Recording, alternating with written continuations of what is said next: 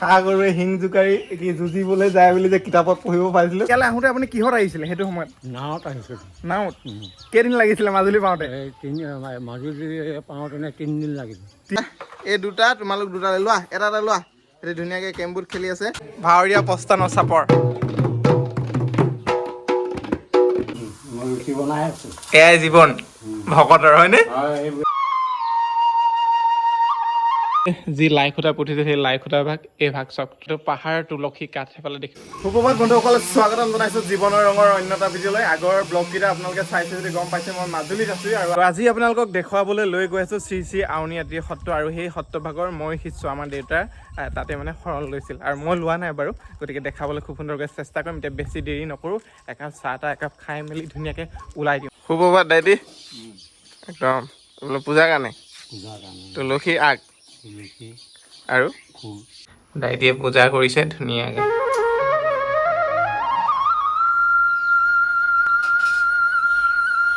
গৰু গাখীৰ একদম প্ৰিয় আৰু এফালে ৰুটি দিছে আৰু এফালে দাইটিয়ে নিজে বনাই আছে চব ধুনীয়াকৈ। অলপ দেখাই দিছোঁ এনেকৈ। এয়াই জীৱন ভকতৰ হয়নে? দাইটি ভাগৰ মানে স্কুটি লৈ লৈছোঁ আমি সত্ৰলৈ যাবৰ কাৰণে ধুনীয়াকৈ। ইয়াত মানে কি হ'ল, ইয়াত মানে অলপ বস্তু নিবলৈ সুবিধা হ'ব। এইফালে এইকেইটা আছে, দিয়ক দাইটি বেগকেইটা। এটা হৈ গ'ল। আউনীআটী সত্ৰলৈ কিমান কিলোমিটাৰ হ'ব ইয়াৰ পৰা? ইয়াৰ পৰা 17 কিলোমিটাৰ। যাব পাৰোঁ? অ'কে লেটছ গ' বাই বাই। আউনীআটী সত্ৰ অভিমুখে এতিয়া যাত্ৰা আৰম্ভ কৰি দিলোঁ। অ'কে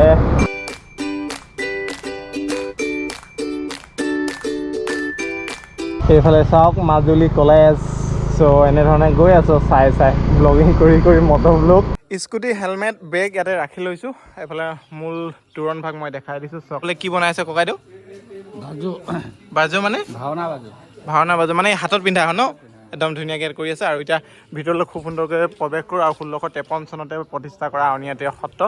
আৰু এই সত্ৰভাগৰ প্ৰথমজন সত্ৰাধিকাৰ আছিল নিৰঞ্জন দেৱগোস্বামী। আৰু খুব সুন্দৰকৈ আপোনালোকক আজি আউনীআটীৰ সত্ৰৰ অকণমান চৌদিশ মানে পৰিৱেশসমূহ দেখাবলৈ চেষ্টা কৰিম। এফালে দেখিব পাৰিছে এনেধৰণে এইটো পৰিৱেশটো খুব সুন্দৰ লাগিছে, চাফ চিকুণতা ৰাখিছে। তো প্ৰথম বহাখিনিৰ পৰা আৰম্ভ কৰোঁ। ক'ত বহা চাওকচোন, এইফালৰ পৰা এইটো মূৰৰ পৰা এইটো মূৰলৈকে চব কিমান আছে এইফালে এনেধৰণে দেখাব খুজিছোঁ। আৰু বৰ্তমান গৈ আছোঁ আমি যিজন মানে ভকত ৰাজমেধিৰ ওচৰত শৰণ ল'ব লাগিব। অনাগত দিনত মই এতিয়ালৈকে লোৱা নাই। আৰু এইফালে মই পৰিচয়টো আপোনালোকক কোৱাই দিছোঁ। তিলেশ্বৰ শৰ্মা ডাঙৰীয়াদেৱ, তেখেতৰ লগত ধুনীয়াকৈ গৈ আছোঁ এতিয়া ভাওনা আখৰ চাবৰ কাৰণে। টোটেল ভকত কিমান আছে ইয়াত?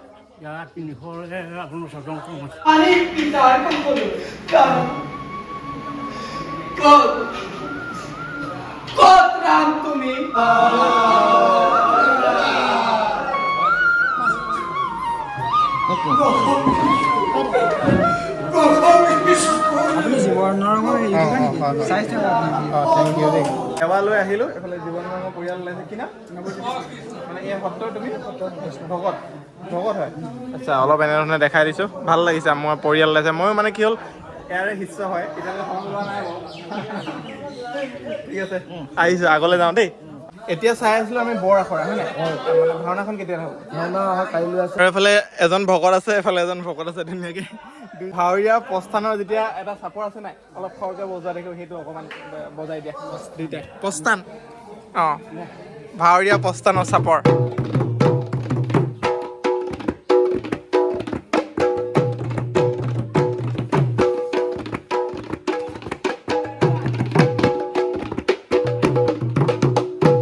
হৈ যাব বহুত বহুত ধন্যবাদ। এতিয়া আখৰা হ'ব ন?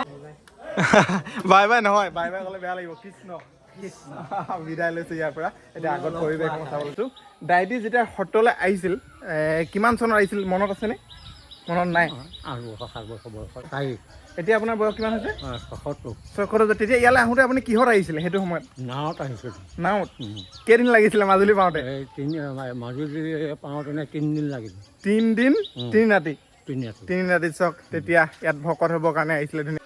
আৰু এইফালে আউনীআটী সত্ৰৰ সংগ্ৰহালয়। এয়া পৰিৱেশটো অলপ আপোনালোকক দেখাওঁ ব্লগ ভিতৰত ধুনীয়াকৈ। ফটো ভিডিঅ' এলাও নাই? ঠিক আছে বাৰু, এনেই চাব পাৰিম। সংগ্ৰহালয়ত প্ৰায় 400 বছৰ পুৰণি ঐতিহাসিক সমলসমূহ আছে আহোম ৰজাৰ দিনৰ।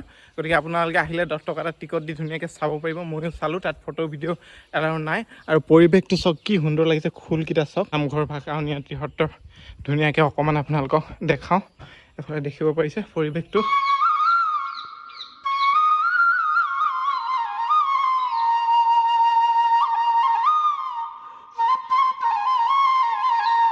সত্ৰলৈ আহিলে বিশেষ সমল চাবৰ কাৰণে নাপাহৰিব। এই সমলে হৈছে সত্ৰভাগ প্ৰতিষ্ঠা কৰোঁতে যি লাই খুঁটা পুতিছে, সেই লাই খুঁটা ভাগ এই ভাগ চক। এইটো পাহাৰ তুলসী কাঠ সেইফালে দেখিব পাইছে বৃহৎভাৱে। এইটো এনেধৰণে ইমান ধুনীয়াকৈ আচলতে সংৰক্ষণ কৰি ৰাখিছে, দেখি খুবেই ভাল লাগিছে। গতিকে আপোনালোকে আহিলে ইয়াত চাবৰ কাৰণে নাপাহৰিব। চক নাওখনৰ ওপৰত ধুনীয়াকৈ এইটো বগলী পৰি আছে, সেইফালেও পুখুৰী। এই পুখুৰীবিলাক মানে ধৰক এই ভেটিবিলাক উঠাবৰ কাৰণে খান্দিছিল ন দাইটি? সুন্দৰকৈ ফুল ফুলি আছে এইফালে চাওক। আৰু এইফালে বহা দেখাইছোঁ ভকত ঘৰ, এইফালে দেখাইছোঁ হৈছে পূব হাতী, মানে গোটেই ঘৰখিনিক এটা হাতী বুলি কোৱা হয়। দেখিব পাৰিলে 294জন ভকত আছে। অলপ আগত আপোনালোকক কৈছিলে এইটো হৈছে পূব হাতী। অলপ আগত আমি অহাটো কি হাতী আছিলে দাইটি? পশ্চিম হাতী। মানে 4টা হাতী আছে। আমাৰ দাইটিৰ বন্ধু বুলি ক'ব পাৰোঁ, বন্ধু হয় ধুনীয়াকৈ। আপোনাৰ ঘৰ? মোৰ ঘৰ হ'ল আপোনাৰ উজনি মাজুলী ফুলনি বুলি কয়। আপোনাৰ ভকতৰ সেৱা আগবঢ়োৱা কিমান বছৰ হ'ল? এই আপোনাৰ হ'ল আজি 35 মানৰ হ'ল নেকি, সৰুতে অহা। হয়, এতিয়া ধুনীয়াকৈ মোৰ চেনেলটোৰ নামটো সুধিছে, ছাবস্ক্ৰাইব কৰি দিম বুলি কৈছে। গতিকে আপোনালোকে যদি ছাবস্ক্ৰাইব কৰা নাই এতিয়ালৈকে ছাবস্ক্ৰাইব কৰক, ভাল ভাল ভিডিঅ' মই পাই থাকিব। অহাৰ পৰা বিদায় লৈছিলোঁ। এইফালে সৰু ভকত এটা পাইছোঁ, কি নাম? কিমান বছৰ হৈ গ'ল ইয়াত থকা? 4 বছৰ। এতিয়া কি আনি লাগে? ভকত দাইটি আছে ধুনীয়াকৈ বিচনী মাৰি আছে চক। ভালে আছে? মা দেখা দিলোঁ কৃষ্ণ। আহিছোঁ দেই। মই মৰাণ লেঙেৰী আউনীআটী সত্ৰত আছে 4টা হাতী। মানে মই অলপ আগত হাতী কৈ আছিলোঁ, 4টা আছে, পূব পশ্চিম উত্তৰ দক্ষিণ। আৰু গোটেই 4টা হাতীত আছে 294জন ভকত। 94জন ভকতৰ 294খন চহৰ আছে। প্ৰত্যেকে সেই চহৰলৈ যায়, মানে ইয়াৰ আণ্ডাৰত থকা আউনীআটীৰ সত্ৰবিলাকলৈ, আৰু গৈ মেলি তাত সত্ৰীয় যিখিনি নিয়ম নীতি আছে সেইখিনি কৰে। আউনীআটীৰ সত্ৰাধিকাৰ শ্ৰী শ্ৰী পীতাম্বৰদেৱ গোস্বামী তেখেতে কোৱা মানে কথাখিনি শুনক। আধ্যাত্মিকতাৰ মানে আধ্যাত্মিকতা মানে কেৱল ধূপ চাকি লগোৱা, মাংগলিক কাম কৰাটোকে আধ্যাত্মিকতা নুবুজায়। সকলো আত্মাতে যেতিয়া আত্মসম্যক জ্ঞান কৰিব, ঈশ্বৰক দেখা পাব, ঈশ্বৰমুখী ভাৱ চিন্তা থাকিব, সেয়াই আধ্যাত্মিক। গতিকে অকল নিজৰ আত্মাৰ উন্নতি সাধনৰ কাৰণে কৰি থাকিব, কাষতে থকা মানুহজনক মানে অকণো ঘূৰি নাচাব, সেয়া আধ্যাত্মিক হ'ব নোৱাৰে। গতিকে আমাৰ মহাপুৰুষ শংকৰদেৱে কোৱা মতে সমস্ত ভূতত ব্যাপী আছোঁ মই হৰি, সবাকো মানিবা বিষ্ণু বুদ্ধি কৰি, এই যিটো ভগৱন্তই দিয়া বাণী আছিলে, সেইটো যদি সকলোৱে অনুসৰণ কৰে সেয়া আধ্যাত্মিক হ'ব। এফালে সৰু ভকত পাইছোঁ 3টা, কৃষ্ণ বুলি কোৱা একেলগে কৃষ্ণ। আৰু তুমি ভাওনা হ'লে মানে কি ভাও লোৱা? ভীম? হে?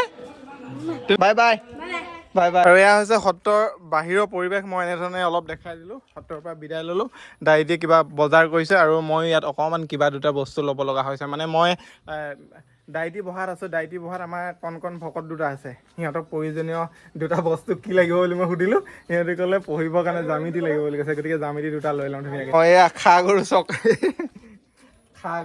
খা গৰুৱে শিং জোকাৰি কি যুঁজিবলৈ যায় বুলি যে কিতাপত পঢ়িব পাইছিলোঁ, প্ৰথমবাৰ এনেধৰণে দেখিছোঁ। খা গৰু চক যুঁজিবলৈ নাই বিচাৰ বাৰু, এইটো মানে ঘৰচীয়া হৈ গ'ল ন, একেবাৰে মৰমীয়াল হৈ গৈছে, মৰমীয়াল খা গৰু এইটো। এনেধৰণে অলপ দেখাই দিছোঁ। এয়া চক খা গৰু। বোলে বজাৰ দেখিব পাৰিছে, আউনীআটী সত্ৰ লিখা আছে। এনেধৰণে আপোনালোকে লৈ যাব পাৰিব কাৰোবাক উপহাৰ দিওঁ বুলি ক'লে। মানে কলম ল'ম। কলমবিলাক কেনেকৈ দাদা?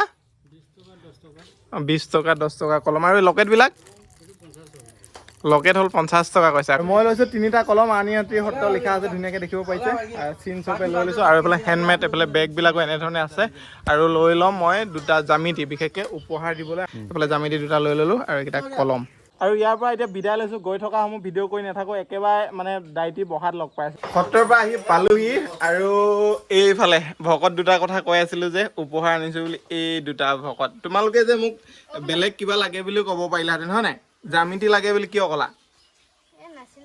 জ্যামিতি নাছিলে হয় নাই? এইকেইটা লোৱা এতিয়া। আৰু এই 2টা, এইকেইটা এই 2টা তোমালোক 2টা লোৱা, এটা লোৱা। সেইটো ধুনীয়াকৈ কেমবোৰ্ড খেলি আছে। আচলতে চক মই সুধিলোঁ সিহঁতক আহোঁতে কি লাগিব বুলি সুধিলোঁ, সিহঁতে কাপোৰ লাগে বুলি ক'ব পাৰিলেন, বেলেগ কিবা বুলি ক'ব পাৰিলেন, কিন্তু সেইটো নক'লে জ্যামিতি লাগে বুলি ক'লে। গতিকে পঢ়াৰ প্ৰতি তেওঁলোকৰ যিটো আগ্ৰহ দেখি ভাল লাগিলে। আৰু একেবাৰে শেষত ভকতৰ লগত বহি এসাঁজ খাইছোঁ উখুৰা চাউলৰ এইফালে ভাত, নেমু, দাংবডি, আলু, খাৰ দিয়া চব্জি মানে কলৰ, আৰু এইফালে মাছ, কচু কিবা কিবি আছে, আৰু এইফালে দাইটিয়ে ধুনীয়াকৈ খোৱাত লাগি গ'ল। আৰু এইফালে আমাৰ ভকত কেইজন, দাইটি সকলোৱে একেলগতে বহি খোৱা হয় ন? একদম ভাল লাগিছে, চব ধুনীয়াকৈ বনোৱা মেলা গোটেইখিনি কৰিছে। আমাৰ এইফালে মাইনা, তোমাৰ ঘৰ ক'ত আছিল? ডিব্ৰুগড় খোৱাঙত হয়, একদম ডিব্ৰুগড় হয় আমাৰ। আৰু এতিয়া যাব ওলালোঁ, আমাৰ কণমানি ভকতে মোৰ বেগ লৈ আহিলে, দিয়া। আৰু বিশেষকৈ এটা কথা ক'ব লাগিব, দেখাই দিছোঁ গোপাল শৰ্মা ৰাজমেধি ভকত। এই কোঠালিটোত মানে থকা স্মৃতিখিনি মনত ৰৈ যাওক এনেধৰণে। আৰু যিখিনি মানে কি হ'ল আলপৈচান ধৰিছে মা দেউতাৰ নিচিনা, মানে সদায় মনত থাকিব। এতিয়া আশীৰ্বাদ দিয়ক আৰু আহিলোঁ আৰু দেই, আহিছোঁ। আৰু এইখিনি স্মৃতি সদায় মনত ৰৈ যাব। আকৌ বা ইয়ালৈ আহিব পাওঁ বা নাপাওঁ সেইটো পিছৰ কথা। Bye bye. এইটো হেলমেটটো মোৰ ভাগৰ খুলি দিয়া। Bye bye. 15 তাৰিখে গৈ আছোঁ নাগালেণ্ড জুকো ভেলী, খুব ধুনীয়া ভিডিঅ' পাব। আৰু আজি ভিডিঅ'টো ইমানতে শেষ কৰি দিছোঁ। অন্য এটা ভিডিঅ'ত পুনৰ লগ পোৱাৰ প্ৰতিশ্ৰুতি আজি লৈছোঁ বিদায়। আৰু একেলগে জয় অসম কম দিয়া। সেনেকৈ নহয়, 1 2 3 জয় অসম। ঠিক আছে, বাই বাই।